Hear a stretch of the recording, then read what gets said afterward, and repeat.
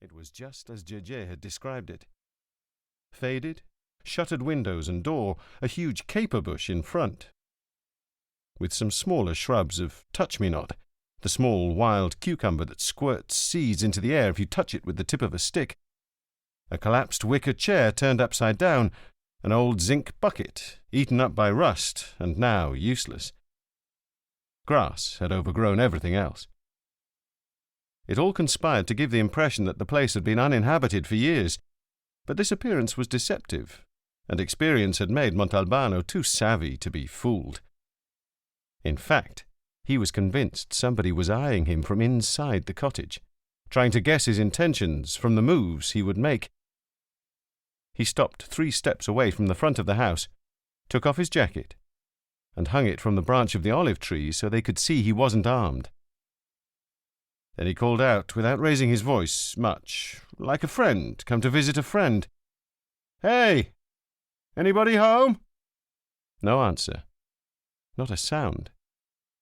Montalbano pulled a lighter and a packet of cigarettes from his trouser pocket, put a cigarette in his mouth, and lit it, turning round halfway to shelter himself from the wind. That way, whoever was inside the house could examine him from behind, having already examined him from the front.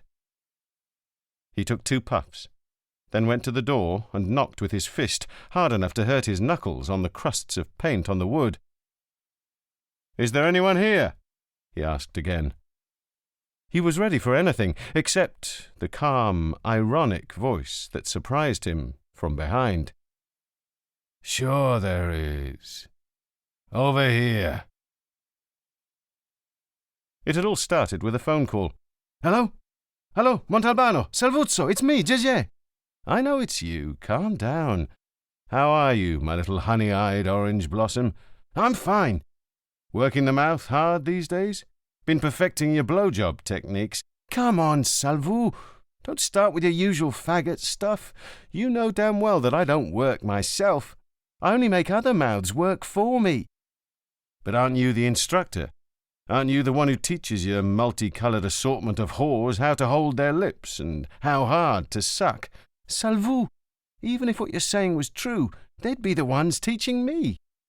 They come to me at age 10 already well trained, and at 15 they're top-of-the-line professionals. I've got a little Albanian 14-year-old. You're trying to sell me your merchandise now." "Listen, I got no time to fuck around. I have something I'm supposed to give you, a package." "At this hour? Can't you get it to me tomorrow morning?" "I won't be in town tomorrow." "Do you know what's in the package?" "Of course. Mostaccioli with mulled wine, the way you like 'em. My sister Marianina made them just for you."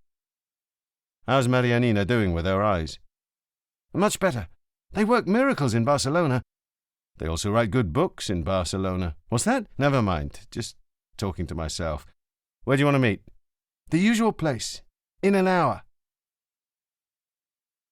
The usual place was the little beach of Punta Secca, a short tongue of sand beneath a white marl hill, almost inaccessible by land, or rather accessible only to Montalbano and Jejé, who, back in grade school, had discovered a trail that was difficult enough on foot and downright foolhardy to attempt by car.